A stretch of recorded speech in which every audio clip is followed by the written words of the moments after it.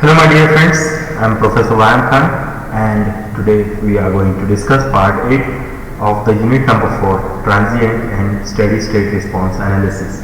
In the previous video we have completed the derivations of time domain specifications, like we have derived the equations or you can say formulae of various time domain specifications such as delay time, rise time, peak overshoot, settling time and etc. So today we are going to use these formulae to solve the numericals which are related with transient and steady state response analysis. So let us begin with the first example. पहला example हम discuss करते हैं. So let us now find. So example में हमको दिया है transfer function. Okay, सो क्या बोला है, let us now find the time domain specifications. अलग अलग टाइम डोमेन स्पेसिफिकेशंस निकालो बोला है of A control system having close loop transfer function. एक क्लोज लूप सिस्टम है, कंट्रोल सिस्टम जिसका ट्रांसफर फंक्शन मतलब हमको एक कंट्रोल सिस्टम का जो फाइनल ट्रांसफर फंक्शन है वो दिया है. Okay, which is 4/s² + 2s+4 and हमको बोला है कि time domain specifications find out करो. Okay, so when the unit step signal is applied. अब कब हमको वो फाइंड आउट करना है टाइम डोमेन स्पेसिफिकेशंस, जब हमारा इनपुट क्या है, यूनिट स्टेप है. ओके, सो यूनिट स्टेप के लिए हमारे पास में स्टैंडर्ड फॉर्म जो है ट्रांसफर फंक्शन का second order close loop control system का वो कुछ इस तरीके से है. ओके, यूनिट स्टेप के लिए so we know that standard form of transfer function is (n²/s² plus 2 d delta (n) into s plus (n²). ये है हमारा स्टैंडर्ड फॉर्म. ये स्टैंडर्ड फॉर्म आपको याद कर लेना है, इसको अच्छे से याद रखना है, which will be used in coming numericals also.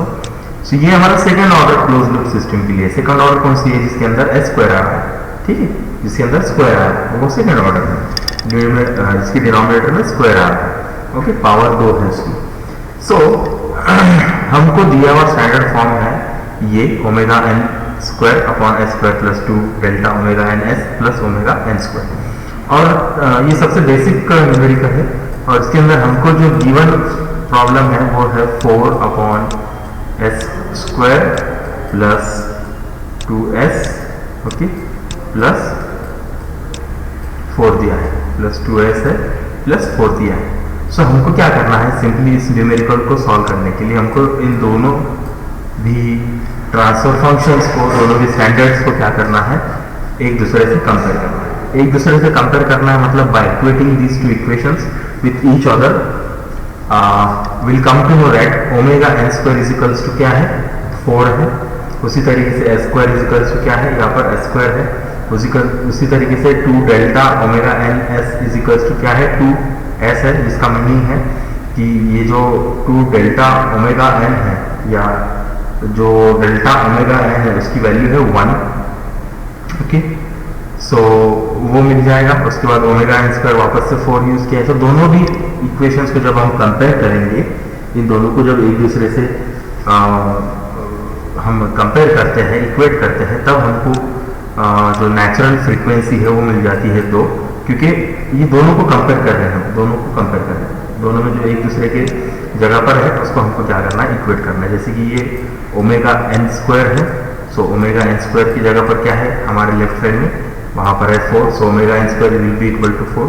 So therefore (n) क्या हो जाएगा, वो हो जाएगा √4 दैट इज 2.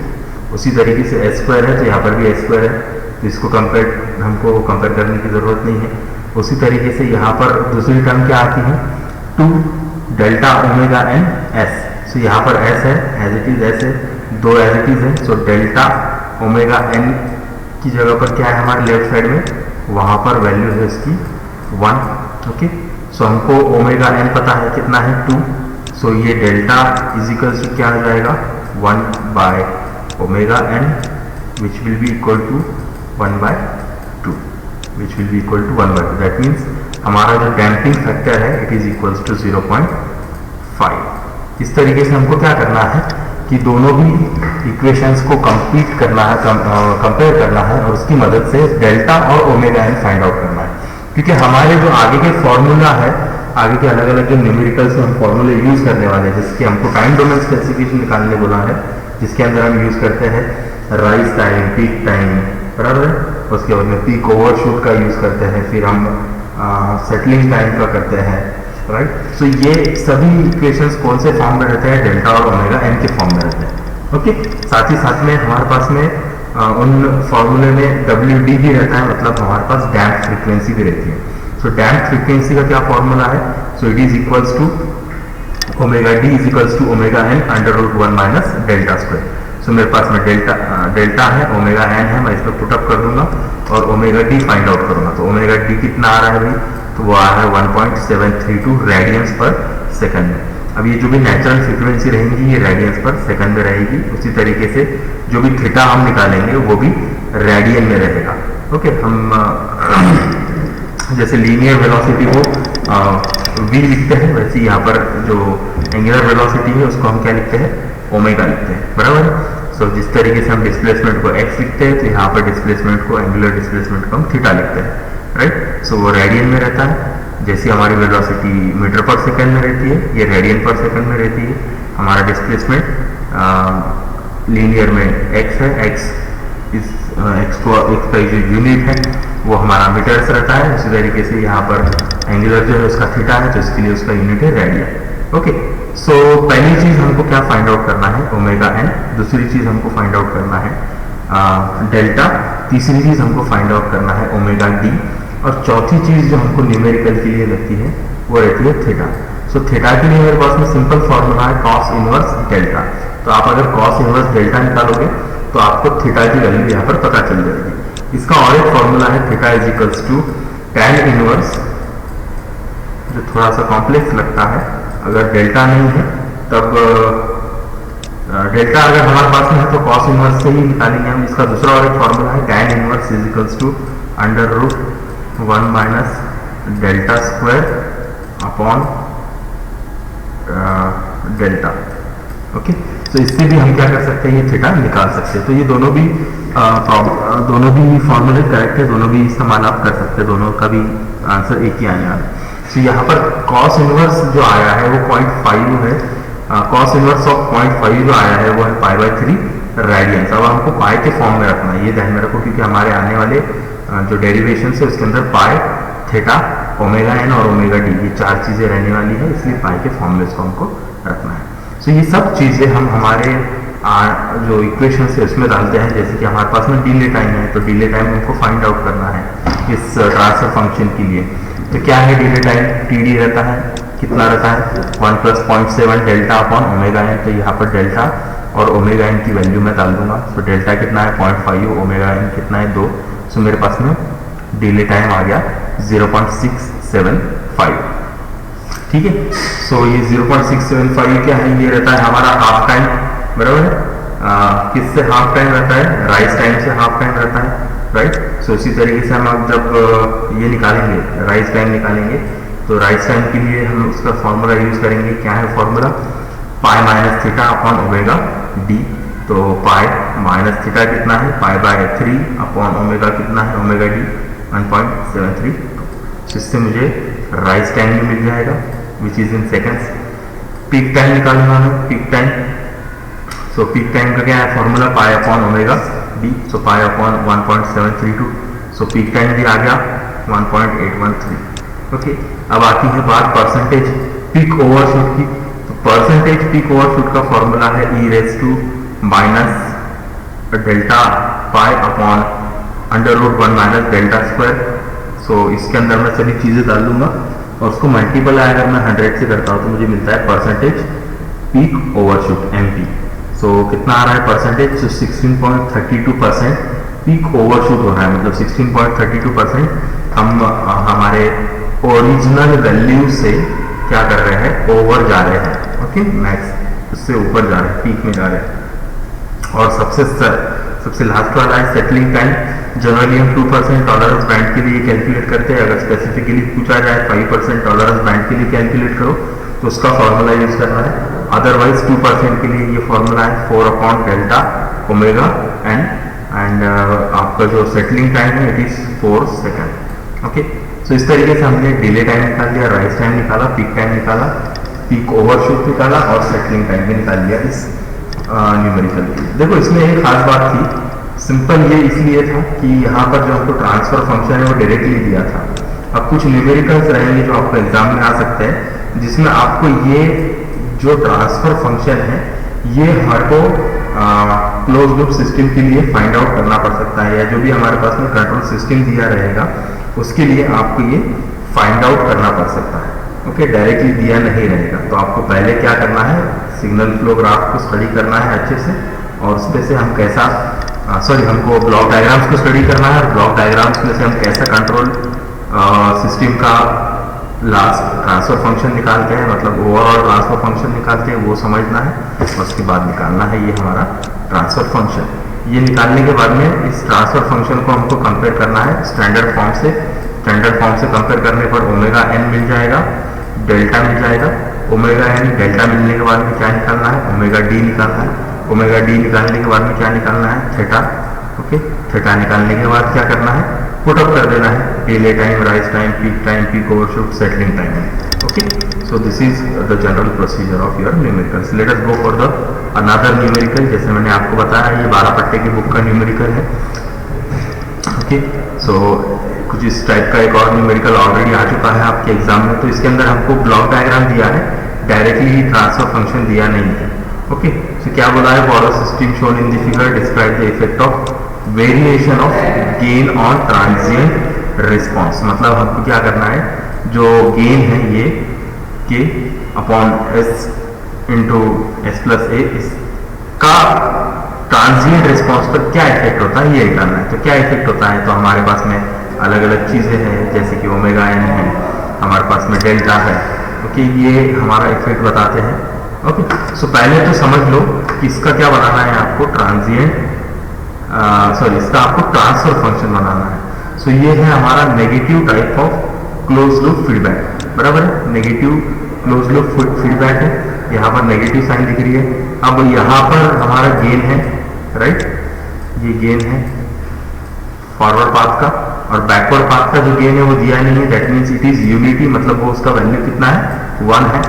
सो ऐसे फीडबैक सिस्टम का जो ओवरऑल ट्रांसफर फंक्शन रहता है, या ओवरऑल जो ब्लॉक डायग्राम बनता है, वो क्या बनता है, यस वो क्या बनता है, it is equal to G of S upon 1। Since यहाँ पर नेगेटिव है तो यहाँ की साइन आएगी positive, 1 plus G of S into H of S, where H of S is what, हमारा फीडबैक का गेन। ओके, फीडबैक का ट्रांसफर फंक्शन और ये फॉरवर्ड पाथ का transfer function G of S. तो यहाँ पर जी ऑफ एस क्या है, तो जी ऑफ एस है K upon S into S plus A, और एच ऑफ एस क्या है, तो 1। सो ये है मेरा ट्रांसफर फंक्शन इस ओवरऑल लूप का, इस ओवरऑल इसका क्लोज लूप सिस्टम का ये मेरा ट्रांसफर फंक्शन है, C of S upon R of S. ये हमारा ट्रांसफर फंक्शन का फॉर्मूला है। तो क्या है transfer function, G of S, ये आ गया जी ऑफ एस के upon S into S plus A divided by 1 plus G S के इंटू एस प्लस ए, ये आ गया G S into H S, मतलब क्या है, मल्टीप्लाइड बाय 1। तो 1 से मल्टीप्लाई किया तो वहां पर दिखाया नहीं है। तो इसको जब हम सिंप्लीफाई करते हैं तो ये हमारा ट्रांसफर फंक्शन बन जाता है। क्या करेंगे इसको सिंप्लीफिकेशन के लिए, तो ये एस अपॉन एस प्लस ए जो है वो कॉमन ले लेंगे, और उसको जब सॉल्व करेंगे तो के upon S square A S into S square plus A S plus के, ये मेरा ट्रांसफर फंक्शन मिलता है इस क्लोज लूप सिस्टम के लिए। ये मेरा ट्रांसफर फंक्शन आ गया। सो मेरे पास में ट्रांसफर फंक्शन है, ओवरऑल ट्रांसफर फंक्शन। तो मैं क्या करूंगा, इसको कंपेयर करूंगा किसके साथ में, स्टैंडर्ड फॉर्म के साथ में। तो omega N square equals to क्या है, ये है S square equals to S square है। सो यहाँ पर 2, अब यहाँ पर जीटा यूज किया है, हम जीटा भी यूज कर सकते हैं और डेल्टा भी यूज कर सकते हैं डैम्पिंग फैक्टर के लिए। जनरली 12 पट्टे में जीटा यूज किया है, तो यहाँ पर आपको जीटा दिखा है। तो 2 zeta omega N S equals to क्या है, ए एस। तो इसमें एस एस सेम है, सो ए इजिकल्स टू क्या हो जाएगा, सो ए इजिकल्स टू है मेरा 2 जीटा ओमेगा एन, बराबर है। सो इससे मुझे किसकी वैल्यू मिल जाएगी, इससे मुझे जीटा की वैल्यू मिल जाएगी, मतलब डेल्टा। सो पहले तो मैं ओमेगा एन स्क्वायर को के से कंपेयर करता हूँ, तो ये मिलता है मुझे omega N square equals to K, मतलब ओमेगा एन इजिकल्स टू क्या है, अंडर रूट के। और उसी तरीके से 2 zeta omega N equals to A करता हूँ, तो मुझे यहाँ पर जीटा की वैल्यू मिलती है which is A upon 2 under root K. Omega N कितना है, के है, अंडर रूट के है। So as the value of gain increases, natural frequency of oscillation increases. हम जीटा से बता सकते हैं जैसे जैसे हमारा गेन इंक्रीज हो रहा है वैसे वैसे क्या होगा, नेचुरल फ्रीक्वेंसी जो है ओमेगा एन क्या होगा, बढ़ता जाएगा, एंड डैम्पिंग रेशियो क्या होता जाएगा, कम होता जाएगा, that is zeta. Okay, so ये एक किस्म का न्यूमेरिकल है।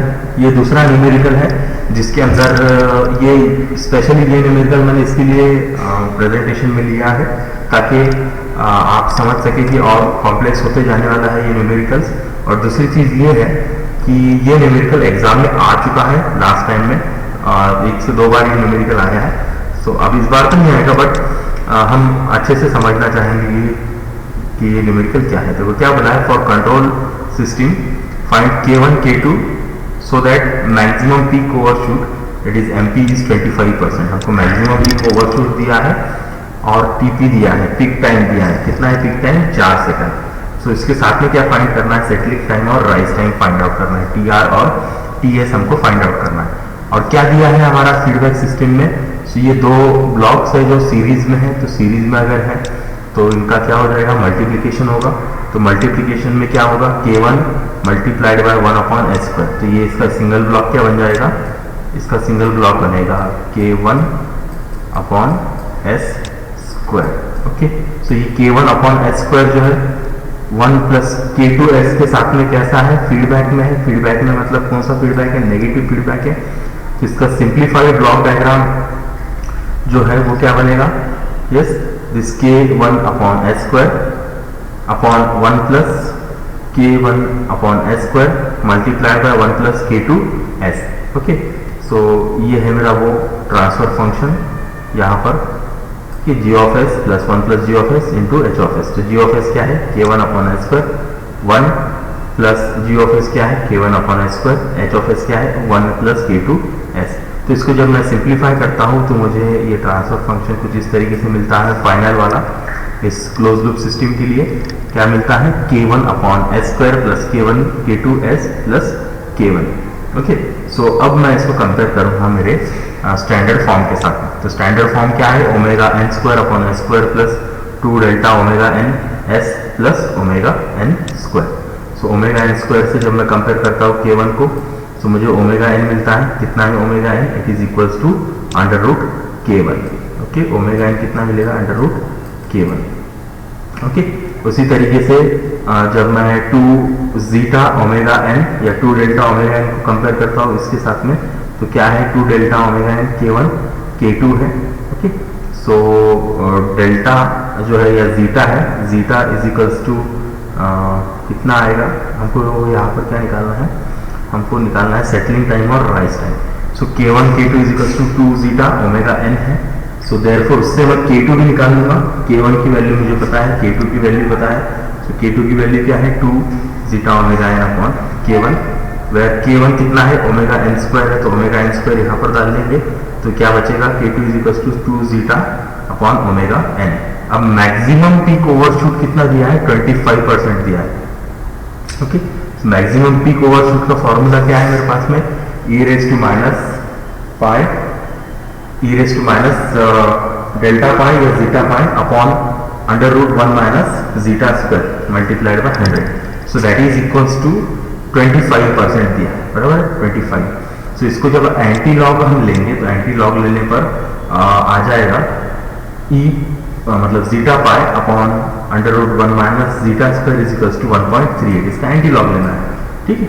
सो ये 1.386 is equals to zeta pi upon under root 1 minus zeta square. So दोनों साइड में स्क्वायर जब करेंगे तो इसकी मदद से हम थोड़ा सिंप्लीफाई करने पर जीटा को फाइंड आउट कर सकते हैं। जीटा इज इक्वल्स टू मुझे मिलता है 0.4। ओके, अब मेरे पास में जीटा आ गया, omega N is equals to क्या है, अंडर रूट K1 है।